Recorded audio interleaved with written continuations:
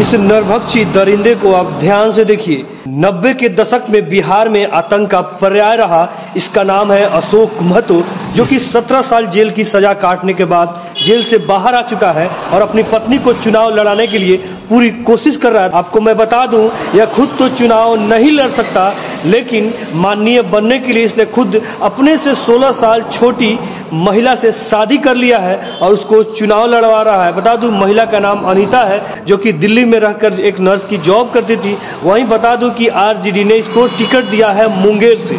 इस 90 के दशक के दुर्दांत अपराधी के ऊपर दर्जनों मामले दर्ज हैं और बता दूं कि दर्जनों हत्याओं का भी ये आरोपी है।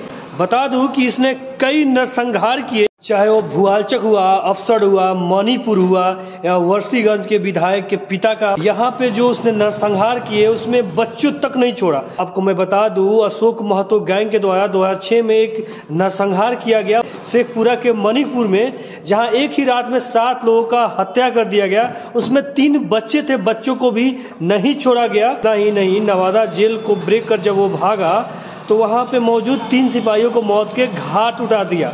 वहीं बता दूं कि अब 17 साल सजा काटने के बाद जेल से बाहर आ चुका है और नवादा से अपनी वाइफ को चुनाव लड़ा रहा है। आपको मैं बता दूं, अशोक महतो अपने आप को गरीबों और पिछड़ों का नेता मानता है, मसीहा मानता है, लेकिन जो मणिपुर में नरसंहार हुआ उसमें अपने ही जाति के लोगों को उसने मौत के घाट उतार दिया।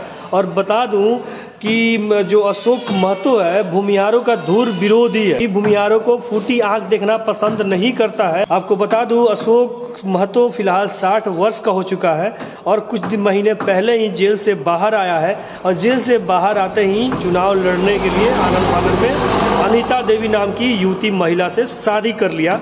और बता दूं, ये एक समय में काफी दुर्दांत हुआ करता था। अशोक महतो इतना खूंखार था, आप इसी से समझ सकते हैं कि वहां के वर्तमान जो सांसद थे रजो सिंह, उनको सरेआम गोलियों से छलनी कर दिया। कि शेखपुरा के ही विधायक थे रणधीर सोनी, उनको लैंड माइन बिछाकर उड़ाने की कोशिश किया, हालांकि वे बाल बच गए।